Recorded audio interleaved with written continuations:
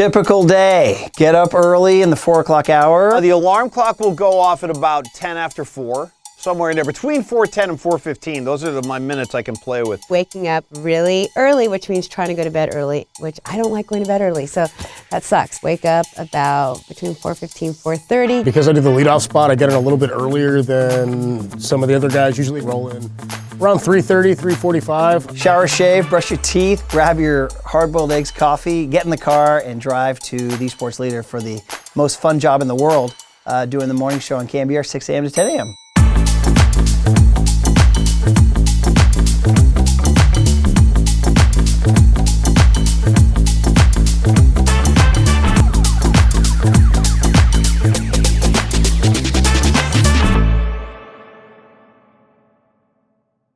I get to the studio by 5 o'clock, and then I go into one of the studios. Luckily, I have 2 computers, otherwise I'd be in bad shape. I'm researching and getting everything together before the show, half-past headlines, and then just stats. 5:49 a.m. Been here a while, by the way. If they're not doing road work on 101 South, I can get here at 5:16 or 5:17. But if they're doing road work on 101 South and they stop me for 6 or 7 minutes, my whole day is ruined. And I get here like 5:24, 5:20, sometimes as late as 5:26, which is brutal. We all have our different methods and kind of areas where we show prep. So I don't see Murph before the show. You know, it's well known that Paulie and I can't speak before a show because it's in our contract because we don't like each other. It's always been like that. I think we both prefer just like being in our own space. So we had to mutually agree a piece where he is in a separate part of the building. My agent wrote that into my contract.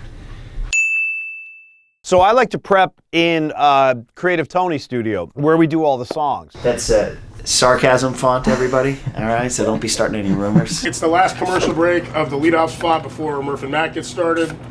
I just drink a lot of coffee, so usually I'm in here during the breaks, and then me and Murph do a little face-off. Game. 808 KNBR, your boss coming to you to take money off your hands? You know what I mean? Like, let's... What the hell's that about? Yeah, you know yeah. what I mean? I'm going to go ahead and say gambling by a member of management has got to be some kind of breach of corporate so now we're going to conduct. put it on him Yeah, as an we're talking ethics, legalities, ethics, morality. Then the show gets going, and then the party starts, and it's all fun. Good morning, and welcome to the KNBR Morning Show with Brian Murphy and Paul McCaffrey. When the Murph and Mac show starts, when the cowbell sounds, it's showtime. So you leave everything outside the building that's troubling you, stressing you, anxiety, what have you. That's all to be forgotten and left at the door when we walk in. Being able to have Murph and Mac, and then obviously having Cope, and then myself, I think that's what kind of makes the show so fun and different and unique, because we all bring different aspects and personalities to the table. Really, why is that? I love Lil Wayne. All That's of his it? songs. Yeah, every song's a hit. What is he talking about with this lollipop? What's this all what's that about mean? here? I don't know. I'll let Copes. Adam Copeland. I wouldn't say that you were we bouncing- push each other in the way that it's a challenging element to be around each other, but I think that they want different types of opinions. They want the conversations that spark some sort of debate, but also some sort of humor in that we're all from different creeds and colors and backgrounds. You're saying Ford versus Ferrari is a really good movie. Has anybody seen it? No, but everyone's saying it's great. just got Christian nominated for Bale's Best- supposed to be amazing. Just got nominated for Best Picture. There's no other show that features Paulie Mac's specific personality and specific sense of humor and specific worldview. De Niro got nothing. Are you kidding He me? got nothing. Jonathan Nothing. Price from the Thank you, Bob. We don't give a and You're the Antonio worst. Banderas I want to from give it to the kid in Star Wars or some that. Oh, now I'm upset. How do you and Adam Copeland's specific personality and sense of humor and worldview, and Bonnie Jill's specific personality and sense of humor. I like that we're all ourselves. There's not a single person there playing a character. There it is. LSU Tiger Brian Wilson striking out Nelson Cruz to win the 2010 World Series. A guy from Clemson also I know where you're did. going with this. This is going to be tough. He did something for the Bay Area right here. Montana looking, throwing in the end zone.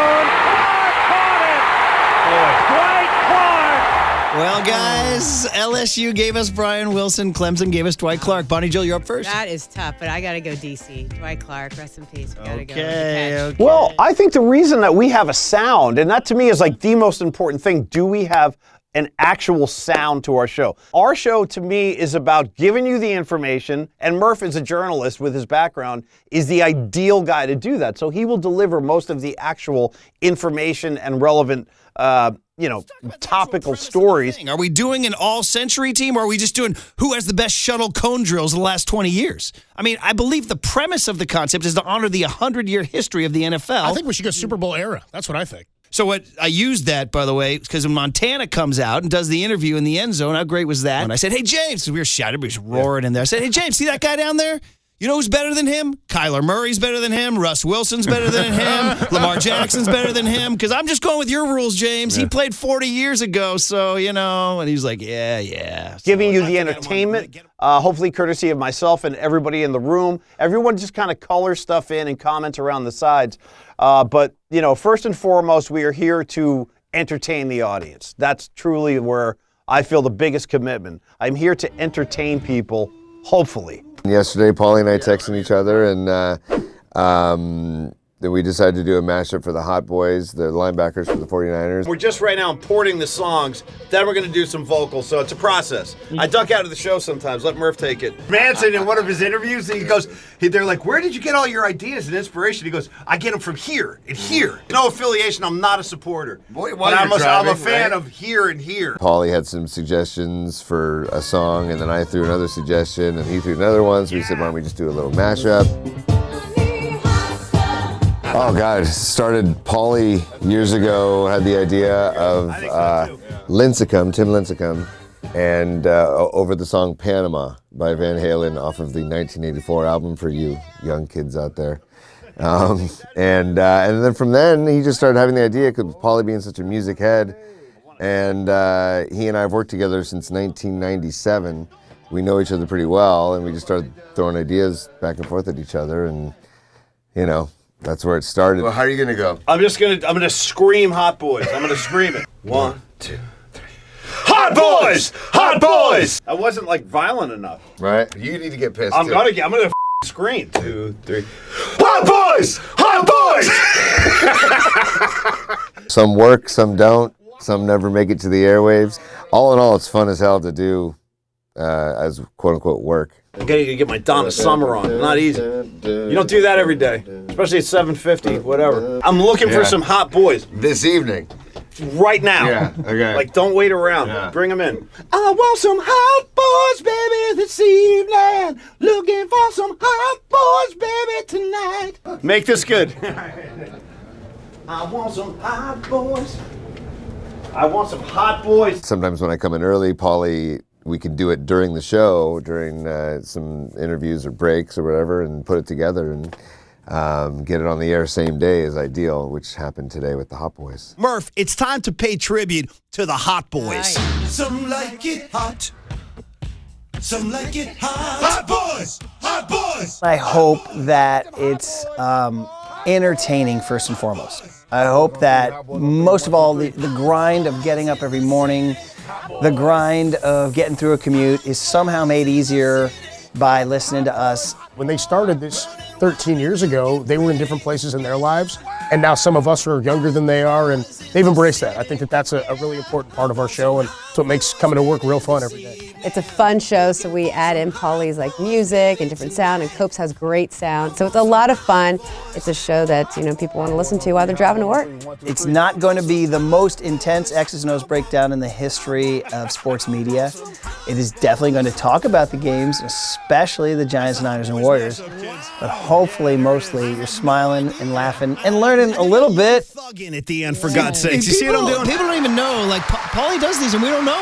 He does them along with Tony. That's the first time I've heard it, too. I've been compiling hot songs for a while for something for the Hot Boys, and today I was like, you know what? We got to make this happen. So you say the rapper's Young Thug? Young Thug. That's as opposed to when he grows a little older, he'll just be known as Thug. Right? There you go. Or Slug. You also have some George Kittle and Fred Warner sound in there.